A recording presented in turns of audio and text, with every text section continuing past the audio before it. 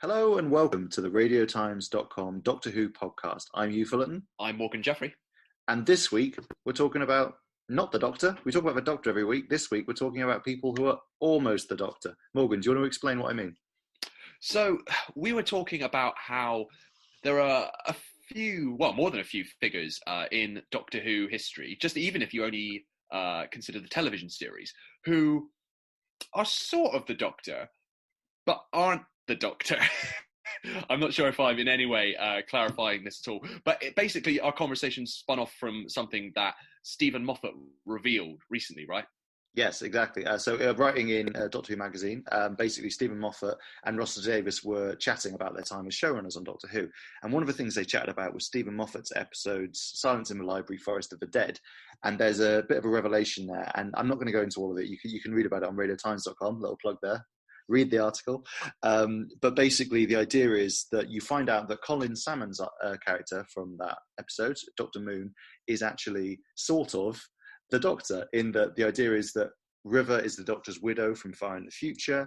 She travels back to meet him and his younger selves, and the Doctor, before he died, had put his consciousness into a moon to look after River while she was in the library's memory system or something. So anyway, basically, but the fun thing about that is Russell Davies saying it's always fun watching that episode because I think it's him, that's the Doctor, and nobody knows. And it is quite a cool idea. Like, I mean, I'm not sure if that is exactly canon. I mean, we're going to be talking about that a lot, and I would refer you back to our previous podcast about what is and isn't canon. But it is quite an interesting thing to bring up because nothing in the episode says that couldn't be true. You know, like watching it again, you can read into it how you want. You could think that's true, or it could be that that's complete nonsense. And, because it wasn't actually in the series, it, wasn't stated on screen. It isn't true, but it did kind of make us think about all these other people who are sort of the Doctor and sort of not. And we're talking like, there's some people like John Hurt, the War Doctor, who are like officially in the sort of line of succession, as it were. And then there's others like Richard E. Grant, who was officially in the line of succession and now isn't. That's a particularly interesting one. I mean, you're sort of venturing slightly outside of the TV realm there into the world of webcasts. It's almost TV. If you can look at it, I think it's fine. Yeah, but webcasts were a big thing in the early 2000s, and yet Richard E. Grant was cast in Scream of the Shalka, which was intended to be the first of these new animated Doctor Who adventures, and the plans for this series got scuppered by the return of the live action series. But he was considered to be, and very much promoted at the time, as being the Ninth Doctor, and then was, as you say, cruelly decanonized with the arrival of Christopher Eccleston. He did manage to appear in the Bonafide series later, of course, as the face of the Great Intelligence, which is not a bad role if you're going to lose out on being an official Doctor. But it's interesting. There's all kinds of people who because I think there was a lot of discussion, obviously to put it mildly, around The Timeless Children, the episode, the finale to Series 12, in terms of suddenly we discovered that the Doctor has all these different incarnations that we had no previous idea about. And does that in some way make it less special, the idea of someone holding the mantle of the Doctor? But then actually that isn't a new idea, really. Even if you even if you discount John Hurt, there's various examples throughout the show's history of there being these almost Doctors, right? Yeah, I mean, we mentioned John Hurt there, and there's an interesting thing with him where I feel like when the special came out, the Day of the Doctor, he was very much, people were like, yeah, he's the Doctor, he's one of the Doctors, he fits in. We're going to put him in the timeline, and they've made composite images with him in and stuff, and it counted. I think because he was very much in the public consciousness at the time. But I feel like as the years have gone on, people have been a bit like, well, he was only in that one story, and he's technically in a couple. He's in the Name of the Doctor as well, but he's kind of only in that one bit. And we've got so many episodes since then. It's kind of like, I mean, can we really rank him the same? But then on the other side of it, I mean, we talked about this before we started, but Paul McGann arguably has similar amount of screen time as the Doctor, as John Hurt. Is the difference just that he is the only person to hold the role? John Hurt kind of retrospectively was a past version of current Doctors who already existed. It's similar to Joe Martin. Whereas exactly. Paul McGann was the only one. Yeah, exactly. It's the same as Joe Martin, I think, in the sense of she is absolutely the Doctor if you buy into the fiction of the series. she's as valid an incarnation as any other. But because she's not the lead character in the show at the point in which she plays the Doctor, does that in some way make that less important or less valid? I don't know. It's an interesting debate to have, I think. Definitely. And like, I think that there's also a lot of kind of question on what is the Doctor in the series versus what is the Doctor in our lives. You know, like, I mean, can you sort of say, oh, John Hurt's the Doctor in the same way that Tom Baker's the Doctor? Probably not. Like, there's a certain, I think, responsibility and a kind of place in society, which is not to be too self-involved about it, but about someone being the Doctor, in that it's something you do usually for a while, and it's kind of like being a public figure of sorts. You kind of have a role in people's perception of a series, and if you're in it for an episode, you know, chronologically and canonically, sure, you're the Doctor, but you're not a kind of ambassador for the show in quite the same way, if that makes sense. Yeah. No, absolutely. And also, I was talking about, you know, there have been so many of these almost Doctors, but actually the way in which the show has introduced these kind of side incarnations of the Doctor, it's done it in a variety of different ways. So you have alternate versions of the first Doctor, for example, because of William Hartnell passing away. You have Richard Hurndall playing the first Doctor in the Five Doctors, David Bradley then taking on that role in Twice Upon a Time, and they're supposed to be the same character, but it's new actors playing the role. Does Richard Hurndall count as an official Doctor? Does David Bradley, should he be considered alongside alongside Patrick Troughton and Peter Davison and all the Doctors? Yeah, because he didn't originate the role, but also it's like, who's more the Doctor, David Bradley or Joe Martin? I mean, how can you answer that? And then there's characters who are sort of the Doctor, but you know, for example, in Logopolis, which is Tom Baker's final story in the classic series, there's the Watcher, played by Adrian Gibbs, who's this kind of spectral figure who haunts the Doctor throughout the story. And then in the end, it's revealed that it's a kind of in-between incarnation, a phase between the fourth and fifth regenerations. So the Watcher is a kind of in-between Doctor, much in the same way that the War Doctor is. And so is that a valid... Is the Watcher a Doctor? Should he be included in all those composite artworks? And then there's the Valiard. I was about to mention that. Yeah, the Valiard, who appears in Trial of a Time Lord in the 80s, played by Michael Jaston, and he's again established as being some kind of in-between incarnation of the Doctor. It's not entirely ever really explained what that means, but he's sort of an evil Splinter creature that was born at some point between two of the Doctor's regenerations. And so and the Dream Lord's a bit like that, isn't it? The Dream Lord in Amy's Choice was a splinter of Thought or something. Right, exactly. The Dream Lord in Amy's Choice, Toby Jones, who's again this kind of this splinter off from the Doctor's psyche. And so even within this subcategory of people who aren't quite the Doctor, there are all these other subcategories of kind of pre-Doctors. I mean, we haven't even talked about the Morbius Doctors. I mean, we have plenty in previous podcasts, but you've got the Morbius Doctors and the various timeless children that we saw. Yeah, I mean, series 12. Is Brendan the Doctor? You know, Brendan the Irish policeman. Right. So you've got Morbius Doctors. You've got timeless children who are all these kind of established pre-Doctors. But then you've got the likes of Brendan, who is a kind of, I don't know, a mask that the Doctor wears within the Matrix. So that's interesting. Is Evan McCabe the Doctor? You know, should he be counted as an actor who played the Doctor? And then but then I guess you could talk about chameleon archers and stuff. You know, is David Tennant? He is the Doctor, but is John Smith the Doctor? Oh, this is really doing my head in. This is exactly it. This is even worse than the canon episode. Yeah. And then you've got like, as I say, in between Doctors with the Watcher and the War Doctor. You've got alternate Doctors with the different actors who played the first Doctor. There was in Listen, the Peter Capaldi episode. There's a child actor, Michael Jones, who plays a young version of the first Doctor, or the William Hartnell Doctor at least. So Michael Jones, this child actor, should he be counted within the pantheon of actors who played the Doctor? The first Doctor is quite unique in that I think it's the only Doctor, at least on television, who's been played by more than one actor, and it's in fact been played by 4 actors on screen. Yeah, aside from like, I guess, like body doubles and stunt doubles and things. Right. But, yeah. No, it's I think if we start counting Terry Walsh, Tom Baker's stunt double, as an Terry official Walsh Doctor actor, is the Doctor. We may be pushing things slightly with that. I think maybe we have to see it as a spectrum, right? Like a spectrum of light, where you have the 13 doctors who we know as like, who you'd put on a t-shirt maybe, Yeah. who are over here. I mean, the people listening can't see this, but who are over here on the right side of the spectrum. And then slightly to the left of them, you have Joe Martin and John Hurt, who are pretty much the Doctor. And then next to them, you have like David Bradley and Richard Hurndall and maybe that kid whose name I've forgotten, who sort of play the Doctor, but are playing another actor's version of the Doctor. And then we have things like the Morbius Doctors and, the non-canon Doctors and stuff. But then this could change if we find out more about the Morbius Doctors. Also, there's a point at which, Joe Martin's the Doctor. Did that person start calling themselves the Doctor? And can we count someone who doesn't call themselves the Doctor but is still in the regeneration cycle as a Doctor? Do you know what I mean?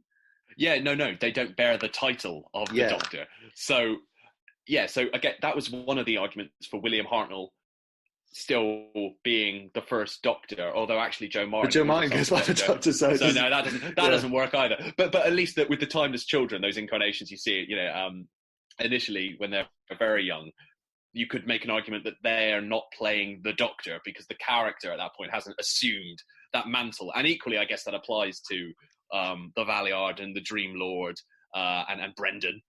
What about the War Doctor? Because the War Doctor didn't use the title. No, but all the merchandising called him the War Doctor, so I think that's so basically fine. That's how we're going. I think it's basically fine. And then, of course, you've got. We've talked about.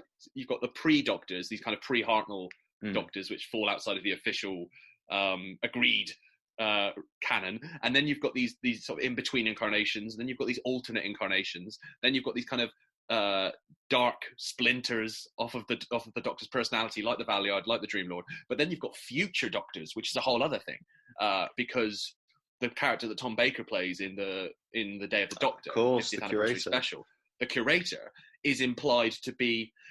This is where it gets really confusing because he's implied to be a future Doctor, but one who looks like an older version of an older Doctor.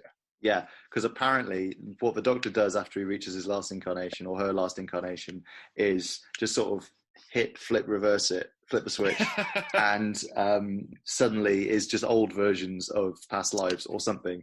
I mean, in the episode you sort of go with it because it's Tom Baker and it's great. And you're it's so happy to have Tom back. Yeah, just that voice. But then when you think about it, I'm like, why would the Doctor revisit old faces but also make them really frail? Well, it would make sense if he was like, right, I want to be that guy again. That guy was great fun. But to be an older version of the fourth incarnation, it doesn't make a whole lot of sense. But wasn't it nice to have Tom back? It was very nice. Yeah, but I guess I think you're right in that you basically have to consider the official Doctors to be any actor who was the lead in the show at the time they played the part, and then you have actors who played the part in some other kind of more secondary way, so as a supporting character, like John Hurt, like Joe Martin. In the show, like within the show, and like as part of the story being that they are the Doctor, and that being the point of their appearance. And then you've got actors who played sort of a version of the character, but not ever firmly established really as the Doctor. We could, to be honest, with the Dream Lord, you could throw in the Ganger version of the Doctor from the Rebel Flesh and the Almost People, and like obviously everyone's going to be like, well, that's a clone. Do you know what I mean? Or the Meta Crisis Doctor, because they're obviously played by the same actor, so it's slightly different from what we're talking about here. But do they count as the Doctor? Like you kind of like, but they're a copy, so it's fine. There's a lot of clones actually. There's a lot of clones, but there's the Valiard in Trial of a Time Lord takes on the appearance of Mr. Popplewick, I believe the character's called, played by Geoffrey Hughes, and so you could make an argument that Popplewick is the Valiard, is the Doctor, so Geoffrey Hughes from Keeping Up Appearances and the Royal Family also played the Doctor. There's similar arguments to be made that the Master was very fond of disguises, so any time the Master is played by a different actor because he's in disguise, that actor is then the Master. Like, I think genuinely, like, fan wikis will list this guy who played like a telephone repairman in Terror of the Autons as a perfectly valid incarnation of the Master, which technically he is, but I don't think we can quite hold that guy up to the same level as Roger Delgado and John Sim and Derek Jacobi. I don't feel like he quite deserves his spot in that lineup. It's Big Finish spin-off. obligatory mention. No offense. Yeah, don't get me wrong. Like he did great in his scene, but I just don't feel like he's quite an official master. And similarly, I think you're right. I think there needs to be kind of a sliding scale of doctors, right? Yeah, because it does make you wonder about it. Because every time I think, oh, it's just common sense. Obviously, you don't know who's this and who's that, and then I'm sort of like, but then what about that one? I think there is no, as we discovered in our episode talking about canon, I think there is no such thing as objective truth in the worlds of Doctor Who. Everything, absolutely everything, is up for debate, which is what makes it such a fun show, and sometimes it's quite an interesting show to be part of the fandom, because everyone has an opinion about absolutely everything, and everyone's opinions, within reason, are valid as well. So it's fun to kind of debate these things, and now throwing Dr. Moon in there as a curveball, we've just got one more thing to discuss and debate. I mean, I'm kind of interested to see how it goes forward as well. I mean, like, see Jo Martin as the Doctor, it's kind of interesting. She's been technically in 2 episodes, but sort of only prominently in 1, and only for about 10 minutes really as the Doctor. Most of it she was still Ruth, so it's kind of interesting. It's like, will our opinion on how she fits in change if it carries on? Like, if, I don't think they do this, but if Doctor Who did an episode where Ruth is the lead character and we follow her around as the Doctor, like, would that change our perception of whether she counts as a real Doctor? Is she then more of a real Doctor than John Hurt? Yeah, she somehow feels more valid by being the lead character. I mean, similarly, if they were to do, say, a spin-off show with Jo Martin's Doctor, does that then make her somehow more valid because she is now the lead character? It's a little bit like when they brought Paul McGann back for Night of the Doctor, because like we said, he'd only done it a little bit, and technically I think he's sort of played the Doctor over the longest period of time, although I'm not sure if that counts. It depends on how you count it, I suppose, because I think Tom Baker played the character again in the Shadow remake they did, which would probably be a longer gap if you think about it. But yeah, no, I kind of, with that, I remember there were calls for people to say, oh, we should have a Paul McGann series, just like this, where we just see what he's up to. And I'm like, I get why you'd think that and why you'd say that, but it is just too much, right? It's confusing. And I think that is what, joke aside, that is what things like Big Finish are for. And we've got these Time Lord Victorious things that are kind of carrying on the story of the 10th Doctor and the 8th and 9th Doctors, and you can kind of still follow those Doctors if you want to, but you kind of do need to respect the actors moving on and the series move to an extent. With that said, I have also started just thinking about, in the novelization of Rose, which Russell T Davies wrote, he wrote in like a load of future Doctors. Like, one's like 2 children, and one is like a little child in a wheelchair, and one is a statuesque black woman. And so maybe he wasn't far off. And I do sort of love the idea that, are they the Doctor? Does that count? Was Clive wrong? But I think you're right in that there has to be a certain degree of, I don't know if respect is quite the right word, but there needs to be, you need to allow the lead, whoever's playing the Doctor at that time, to have a fair run at it, right? So I think it's fun to introduce characters like the War Doctor and the Fugitive Doctor in there. But I remember, like you were saying, at the time, there was that Paul McGann minisode, and there were cries and campaigns for him to get a spin-off, and Stephen Moffat says something along the lines of, it's fun at times like this, the 50th anniversary, to have multi-Doctor stories, but you kind of, now as you go on, you need to strip it back and just have it be about this one character, because the Doctor is one person. He's not a variety of people with interesting hair. Exactly. And I think that's right. As much fun as it is to have all these different versions of the Doctor swirling around in the Whoniverse, really the show is about one character, and that character should be allowed, as I say, a fair run of things as the lead. So that's why Morgan is personally against all multi-Doctor stories. I love multi-Doctor stories, but they are a bit of a gimmick, aren't they? Always, like, they don't. Yeah. It's like no other show would have, or film or anything would have 3 versions of or more of the same character, because there's no story requirement for that. Like, what do you kind of like gain from that? The only reason Doctor Who does it is because it's fun to see these actors interacting and see these slightly different incarnations of the Doctor meet. I think Stephen Moffat talked about that when he was writing The Day of the Doctor.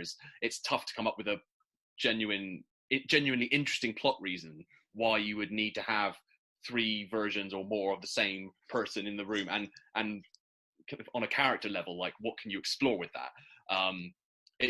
Whereas a lot of the time these multi-Doctor stories are just a big novelty, and that's the whole point. They're a celebration. Having said that, I would, throw everything to the wind. I would love to see just the multi-Doctor story to end all multi-Doctor stories, where we just get all of these people in. We just get in like get David Bradley back, get Joe Martin back, get Brendan in. Why not? It's the only way to top the multi-Doctor stories we've seen so far, is to get everyone in. Yeah, actually get everyone we've mentioned in this. So Richard E. Grant's there, but like as an animated cutout. There's various people from Big Finish. There's Tom Baker still trapped in another dimension, like in the Five Doctors. Yeah, but we can have Tom Baker twice, because he can play the Fourth Doctor and the Curator. Shout. I love that. I love that idea of an animated Richard E. Grant being involved in some kind of like Who Framed Roger Rabbit style. Yeah, exactly. You could go a Rogue One route and have the kind of a CGI recreation of the Peter Cushing Doctor. We forgot about the Peter Cushing Doctor. The possibilities really are endless. I remember I did see this picture online. I can't credit who did it, because it's really cool. But it basically has every possible version of the Doctor on it. This was before Joe Martin and Morbius. No, I remember. I think I've seen the same picture. It's huge, and it has like variation. So it has like, I think it would have like the Curator, and it would have the Meta-Crisis Doctor, and Cushing, and all these other versions. And I think they do now have, or if they didn't before, they do have the Morbius Doctors and Joe Martin and stuff like that. And I think in a way that's fun. Like if the central thing of Doctor Who is that it's about change and renewal, I think we can agree that like what makes the Doctor is kind of something quite special, but it is fun to play around with that a bit and to have these variants of it. And because he or she is such an interesting character, a one episode thing like the Dream Lord, obviously that isn't intended as like a big statement on the Doctor's regeneration cycle, but it is still more interesting to make a character some reflection of the Doctor rather than just something completely new, I think. Yeah, totally. And that kind of leads me on to recently there's this kind of campaign that the BBC's Doctor Who website is running, this hashtag Staying in the TARDIS campaign, with all these different activities that fans can take part in. And one recently was they encouraged fans to sort of mock up their own cosplays and dress up as how you would look as the Doctor. And then there were some amazing images popping up on social media of fans putting on these different outfits and wielding their sonics and kind of, this is me as the Doctor. And that was great, because again, it speaks to what you were saying about how there is such kind of unlimited potential with the character, right? The Doctor can kind of be anyone, look like anyone, and so that's part of what's exciting about the show, and why it's almost like a waste for there to only be 13 Doctors, because the potential, there's loads. Well, and no, that's what I'm saying. So like, why? I get that fans like lists, like I love lists, but it's almost limiting. It's almost a shame to only consider these 13 people to be the Doctor, because the Doctor can be anyone. So why not have fun with it, and why not have as many Doctors as we can possibly have? Definitely. I mean, I can definitely, I'm sure I can speak for a lot of people when I say that when I did spend a period of when people took photos of me trying to reach my hand towards the camera, like people did in late 2000s Radio Times covers when they were playing the Doctor. Pose. The classic reaching for things pose. We've all done it. Yeah, but and also, things like, to be honest, casting Jodie Whittaker and casting Joe Martin make it feel that like anyone can be the Doctor. There's a thing in Into the Spider-Verse when they say anyone can wear the mask, right? With Doctor Who, it's like anyone can, hold the Sonic, fly the TARDIS. I don't know what it would be, but the Doctor can be anyone, and anyone can be the Doctor. I think that is part of the fun of it, like you say. Yeah. But what do you think, loyal listeners, which is not a thing I've called you before? Obviously, you can read about all the stuff we've talked about, including the Doctor Moon, Colin Salmon Doctor, and Joe Martin Doctor and the Morbius Doctors, all on radiotimes.com. We've written about this pretty extensively. And also, if you want other Doctor Who stuff, we're currently running a poll for the best series of the modern era. And you can vote in that. I think there's 1 round left, or 2 rounds left when you're listening to this. So, please make your feelings known. And generally speaking, we'll be back every week for more podcasts, looking at different corners of the Whoniverse, sometimes revisiting old episodes, sometimes talking a bit more generally about stuff like this, and sometimes doing a bit more abstract stuff as well. So you can enjoy that. But for now, I've been Hugh Fullerton. I've been Morgan Jeffrey. Thank you so much for listening, and goodbye.